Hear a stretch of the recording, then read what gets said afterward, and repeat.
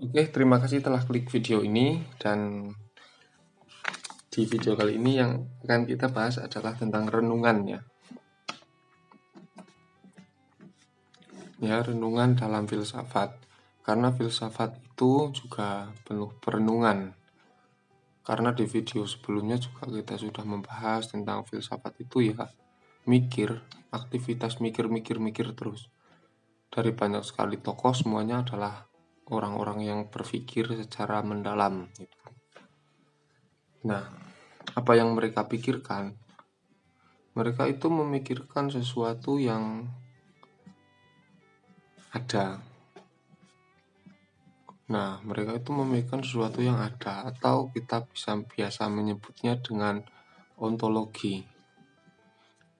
Kadang juga memikirkan sesuatu yang sebelum ada, lalu kita menyebutnya dengan metafisika. Nah, sesuatu yang ada ini oleh para filosof itu selalu dipikirkan. Misalkan zaman-zaman awal-awal filsafat itu ya, zaman kosmologi, ada Anaximander, ada Herakleitus, ada Anaximenes dan lain sebagainya, dan kawan-kawannya itu semuanya itu membahas tentang alam, dari mana alam ini ada, alam ini terbuat dari apa. Lalu ada yang bilang dari api, dari air, dari udara, dari 4 unsur, dan dari semuanya mereka bahas. Artinya mereka membahas sesuatu yang ada ya. Sesuatu yang ada itu adalah bumi, dan sesuatu yang sebelum ada adalah sesuatu jawaban yang memang belum ada, terus mereka adakan sendiri jawabannya, yaitu berupa air. Air ini juga sesuatu yang ada, gitulah. Intinya seperti itu. Jadi di dalam sebuah filsafat kita akan merenungi tentang sesuatu. Ya, kalau kita manusia hari ini, manusia 2021, yang menjadi bahan perenungan kita kan banyak sebenarnya, karena semakin hari itu jenis-jenis barang itu semakin banyak dan semakin bervariasi. Corona juga bervariasi. Itulah. Nah, di sini bisa mencontohkan, misal ada agama. Di sini mungkin ada lagi tentang handphone. Ada lagi cara sosial ya, sosial, ada sosial. Ada kita dalam berhubungan dengan orang lain itu kan. Kita kan banyak sekali hal seperti itu. Dalam sosial ini nanti kita macam-macam. Nah, dalam agama, misalkan kita berpikir ini juga sangat banyak ya. Kita mencoba mempertanyakannya, melakukan perenungan terhadap agama. Kalian mungkin mempunyai pertanyaan, coba kalian tanyakan, mengapa saya beragama? Mengapa saya memilih agama ini? Mengapa saya belajar tentang agama? Mengapa saya ini, mengapa saya sholat, mengapa saya puasa, mengapa saya zakat, mengapa saya, dan lain sebagainya. Nah, coba kalian pertanyakan aktivitas-aktivitas kalian ketika beragama gitu. Nah, tentu dalam menjawab pertanyaan ini, ya kan, apakah saya sudah melakukannya, kenapa saya sudah melakukannya, apakah saya sudah melakukannya dengan bagus, dengan baik, dengan prosedur-prosedur yang tepat atau gimana gitu ya. Nah, untuk menjawab pertanyaan ini kita butuh yang namanya pengetahuan. Ya kan? Kita butuh pengetahuan, atau dalam istilah filsafat kita menyebutnya dengan epistemologi. Epistemologi ini adalah filsafat yang membahas tentang pengetahuan. Artinya untuk menjawab semua ini kita butuh pengetahuan. Saya contohkan saja, misalkan ketika kalian TK, mungkin pengetahuan kalian tentang sholat itu masih ya sekedar ikut orang-orang dewasa. Kalau sholat maghrib ya 3 rakaat, subuh 2 rakaat, isya 4 rakaat gitu ya. Tapi ketika kalian sudah umur berapa misalnya, sekarang ya sekitar 25-an lah, seperempat abad. Nah, ketika usia segini mungkin kalian sudah bisa sholat, ya cara wudhu, cara takbiratul ihram, cara berdoanya gimana, kalian mungkin sudah lebih tahu. Sehingga definisi kalian tentang perenungan kalian tentang agama ketika kalian masih TK sama usia 25 itu sudah berbeda. Itu karena apa? Itu karena ada epistemologi.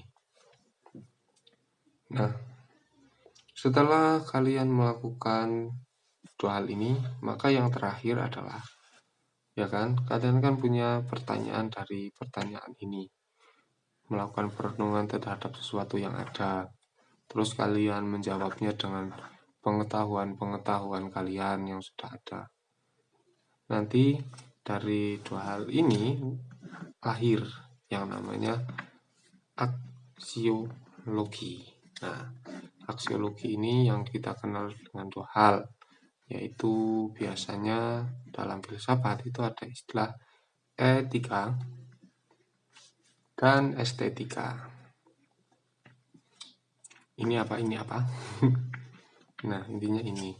Nah, dari kedua aktivitas ini maka kita akan mendapatkan sebuah definisi.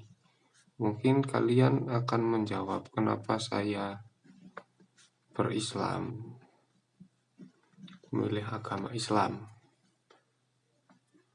Karena mungkin kalian menjawabnya karena sejatinya saya adalah orang yang sangat lemah dan hidup saya juga sangat bergantung dengan Tuhan, karena saya tidak tahu nasib saya sampai kapan, besok saya mau gimana saya juga tidak tahu. Misalkan kalian punya definisi tentang kenapa kalian berislam gitu kan, mungkin dari jawaban-jawaban ini ya karena saya senang dengan agama Islam, karena saya mempunyai Tuhan yang maha bijaksana, maha agung, maha mengatur, maha baik, maha pengasih, maha penyayang, maha pemberi rezeki, maha itu banyak kalau kita mensifati Allah dalam agama Islam. Sehingga saya memilih Islam gitu. Misalkan kalian punya definisi tentang perenungan Tuhan, tentang perenungan agama di situ. Nah, ketika kalian sudah mempunyai pemahaman seperti itu, maka aksiologi kalian adalah yang menjalankan perintah Tuhan. Nah, sampai sini ya. Nah, aksiologi adalah kalian mulai bertindak sesuai dengan apa yang Tuhan harapkan. Ya, kalian mungkin dalam beragama nanti kan juga ada kitab sucinya, ada Al-Quran, itu menjadi pedoman-pedoman kalian hidup menjadi apa. Nah, itu. Dan setelah aksiologi ini, tentu kita sebagai manusia juga tidak akan mandek dalam mendapatkan pemahaman-pemahaman baru tentang sesuatu hal, sehingga terus bergerak. Kita itu dinamis, selalu berkembang, ya kan? Kalau di dalam buku pengantar filsafat itu ya dicontohkan kalau lebah yang membuat rumah seperti itu dari zaman dulu sampai zaman sekarang. Kalau lebah membuat rumah ya seperti itu. Bandingkan sama manusia zaman tahun 1927 sampai 2021 mungkin gaya rumahnya sudah berbeda. Itu karena pengetahuan manusia tentang arsitektur selalu berkembang dan berkembang. Gitu. Jadi dari aksiologi ini nanti lahirlah ontologi baru, dan ontologi ini kalian tanyakan terus sehingga kalian tidak ada berhentinya untuk berpikir. Ya itulah para filsafat, karena semua para filosof sendiri juga tidak pernah berhenti pada satu titik. Mereka ketika sudah menemukan di sini, itu ada pemahaman baru, mereka tidak tertutup, mereka akan naik terus begitu sampai bertemu dengan kebenaran yang sejati gitu. Seperti yang namanya, kalau dalam dikisahkan dalam tradisi Islam itu kan ada yang seorang bernama Imam Al-Ghazali ya. Dulu dia adalah filosof besar, seorang ilmuwan besar, tapi pada puncak perjalanannya, karena beliau belajar terus dan mempertanyakan terus tentang suatu hal yang ada, sampai beliau sampai pada sebuah titik dia menjadi seorang yang sangat, apa ya istilahnya, sufi gitu.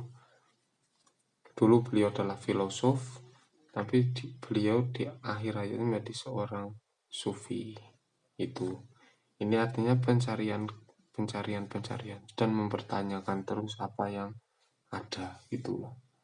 Ya mungkin cukup sekian ya tentang ontologi dan epistemologi dan aksiologi. Kalau ada kesalahan, kritikannya sangat saya tunggu, dan itulah pokoknya. Terima kasih.